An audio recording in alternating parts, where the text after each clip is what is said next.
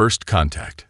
Admiral Sarah Chen stood at the observation deck of Ganymede Station, her eyes fixed on the holographic display showing 3 unknown vessels approaching Jupiter's orbit.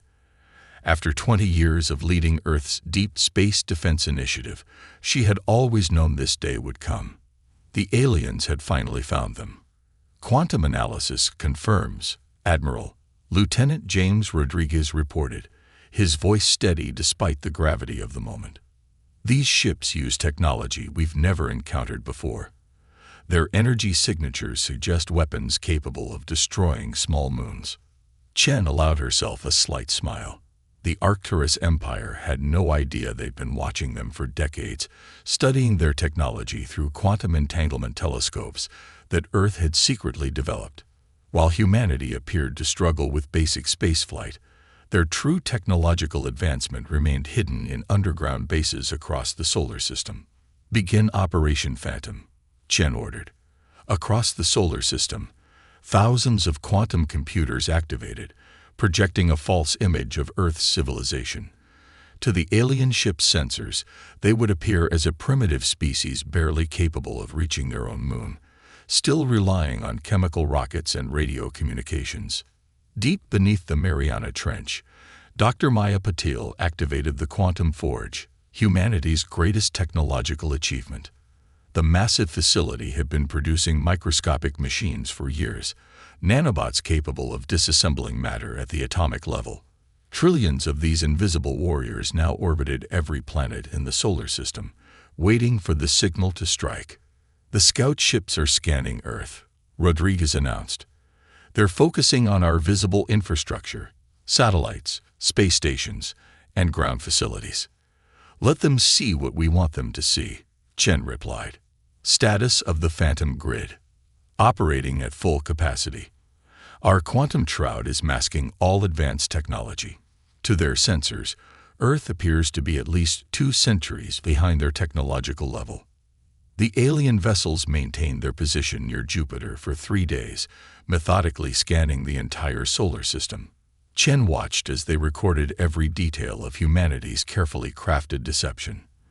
Their reports would tell of an easy conquest, a resource-rich world defended by primitive weapons and outdated technology.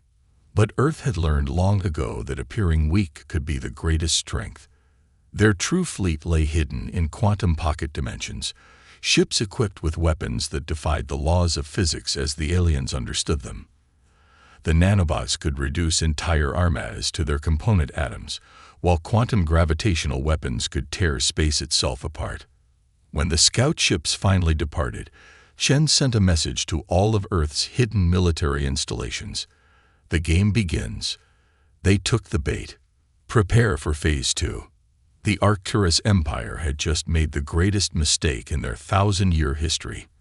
They thought they had found an easy target.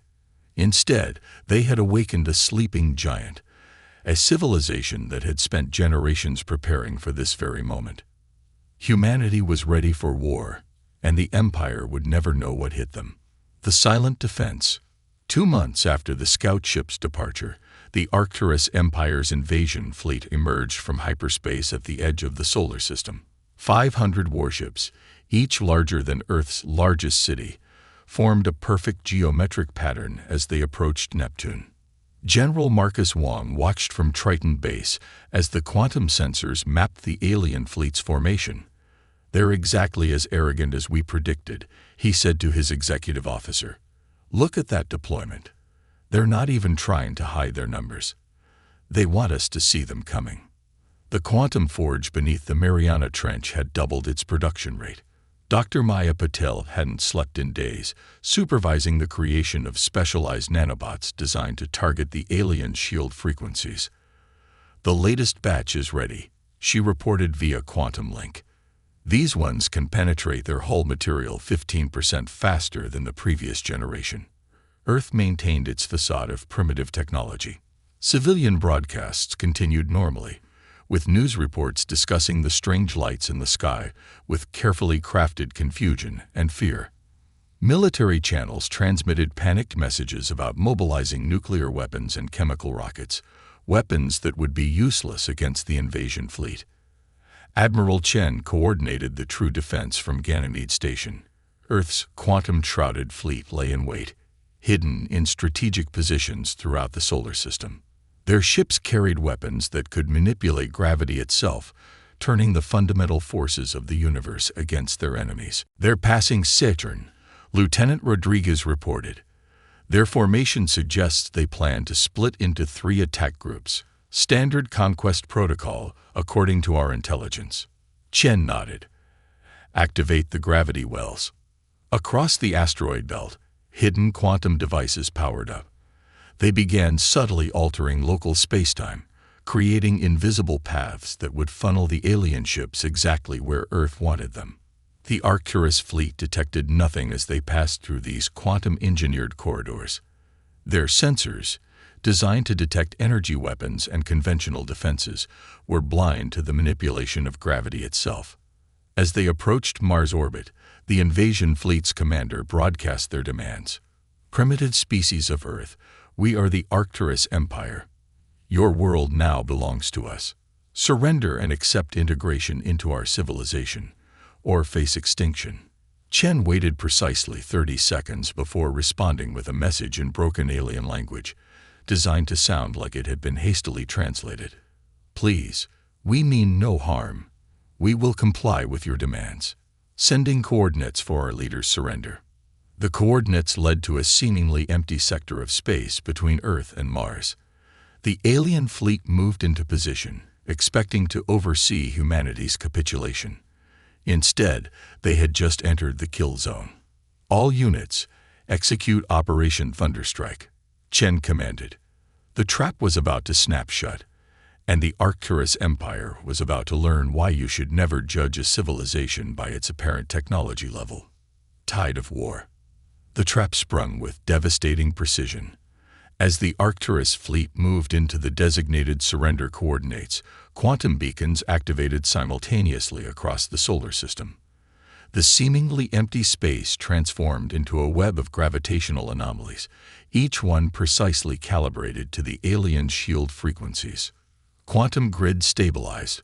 Lieutenant Rodriguez announced. All enemy vessels are contained within the gravity matrix. Admiral Chen gave the order that would change the course of human history. Release the nanobots. Trillions of microscopic machines, previously invisible to alien sensors, swarmed toward the trapped fleet. These weren't simple destructive devices. They were the product of decades of quantum engineering, capable of reprogramming matter at the atomic level. The Arcturus ship's powerful shields, designed to stop energy weapons and kinetic impacts, proved useless against attackers smaller than molecules. The nanobots infiltrated through microscopic gaps in their hull plating, spreading through their vessels like a silver tide.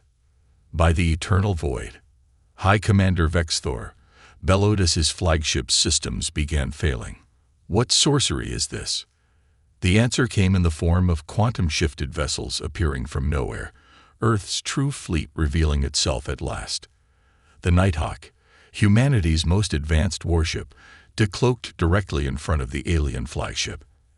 Admiral Chen's hologram materialized on their bridge. "This is humanity's response to your invasion," she declared. "You thought us primitive because we chose to appear so. Your arrogance has become your downfall."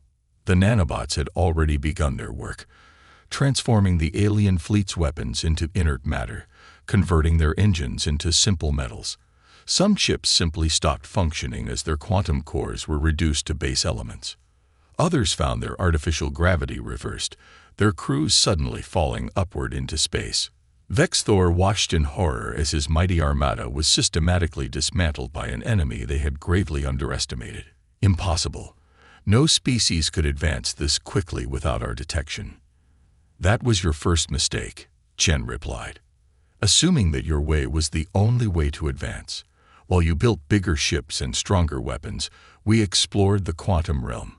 While you conquered through brute force, we learned to manipulate reality itself." Earth's fleet moved with impossible precision, their quantum drives allowing them to shift in and out of normal space. Traditional tactics proved useless against ships that could temporarily exist in multiple locations simultaneously. Dr. Maya Patel monitored the battle from her quantum forge. "The nanobots are performing beyond expectations," she reported. 70% of the alien fleet has been neutralized. Those ships that attempted to retreat found their hyperdrives failing, transformed into useless metal by the infiltrating nanobots. The gravity web prevented conventional movement, trapping them in a net of distorted space-time. "You have two choices," Chen announced to the remaining alien vessels. "Surrender and face judgment for your attempted invasion, or be reduced to your component atoms. Either way, the Arcturus Empire will learn that humanity is not to be underestimated." The battle that followed would be remembered throughout the galaxy as the day everything changed, when a supposedly primitive species revealed themselves to be masters of quantum technology, and the mighty Arcturus Empire learned the price of hubris. Empire's Gambit. The Arcturus Empire's response to their defeat came 3 months later. Not with warships, but with biological weapons, engineered viruses designed to target human DNA. They released clouds of nanoscale particles throughout Earth's atmosphere, expecting to find a defenseless population. Instead, they encountered humanity's most sophisticated defense system.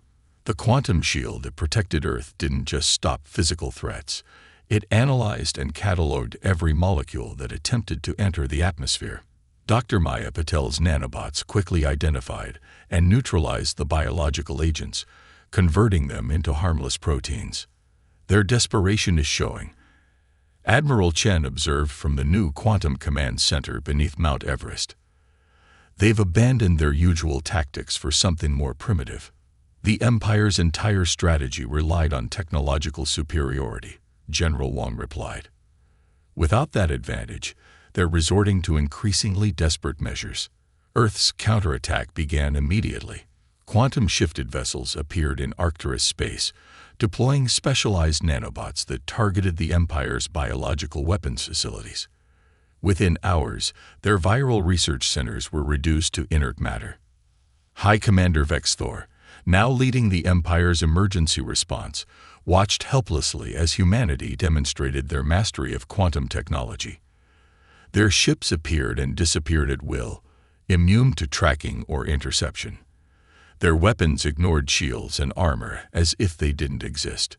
"We've confirmed 17 separate incursions into Imperial space," his tactical officer reported. "They're systematically dismantling our defensive infrastructure. Our early warning systems are useless against their quantum drives." Humanity's message was clear. They could strike anywhere, at any time, with impunity. The Empire's vast territories, built over 1,000 years of conquest, suddenly seemed vulnerable. Dr. Patel's quantum forge had evolved beyond its original design, now capable of producing nanobots that could restructure matter in real time. These new machines could transform enemy weapons into beneficial technology, turning instruments of war into tools of peace.